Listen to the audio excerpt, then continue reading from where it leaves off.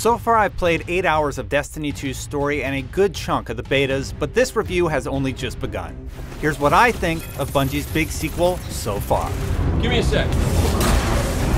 What's going on? Zavala's doing the hero thing in the plaza. Me? I've got a date with whoever's behind this. It's a short date.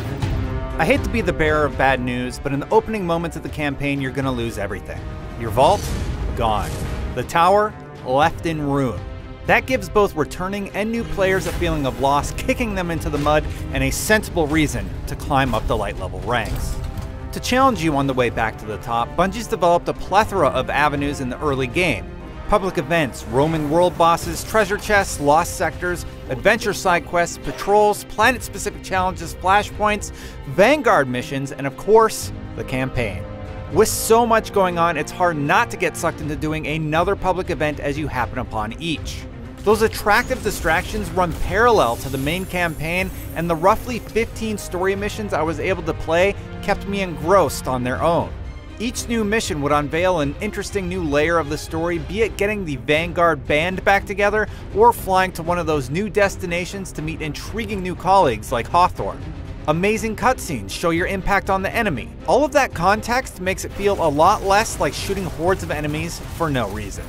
I like how Bungie takes the time to show NPCs around you struggle with their loss of their powers, revealing a lot about their personalities. It's a sad but special treat to see the emotional range of Ikora and Zavala extend beyond a few sarcastic remarks hurled at each other across the table.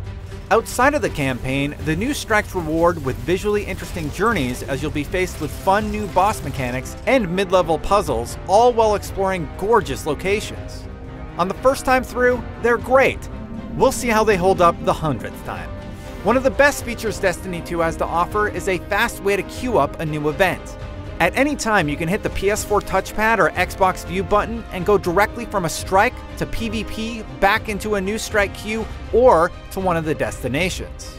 It speeds you along to what we're all here for, great feeling first-person shooter gameplay. Shooting monsters feels even more rewarding in Destiny thanks to subtle visual rewards such as seeing the souls of the fallen escape their bodies when they die, and the area of effect explosions when you hit enemy shields with the right elemental type. It's all capped off with a lovely pod of either engrams, ammo, glimmer, or a chest that could contain one of Destiny 2's coveted exotics. Also, longtime Destiny players will be relieved to hear that you no longer have to shuffle your gear to get the best results. All that busy work's been automated. During the time I had with Destiny 2, there was one frustrating design decision that hampered my enjoyment significantly. It doesn't give you a sparrow until after you've finished the campaign. You could score one with a bright engram drop, but I never did. Meanwhile, my two fireteam friends were able to zip around, making me miss out on a story point and causing a desynchronized experience amongst my party. Bungie does say that there are some significant changes coming to the investment sandbox and gear systems in the Day 1 patch, and I sure hope that's one of them. One of the biggest missed opportunities I've come across so far was the anticlimactic way in which you get your subsequent subclass quests. You're given your initial powers during the campaign, but the others will simply drop randomly. The fact that my Hunter's Golden Gun side quest just kinda dropped into my inventory like a piece of loot made it feel much less special than I'd expected. The competitive PvP experience, on the other hand, has felt great so far.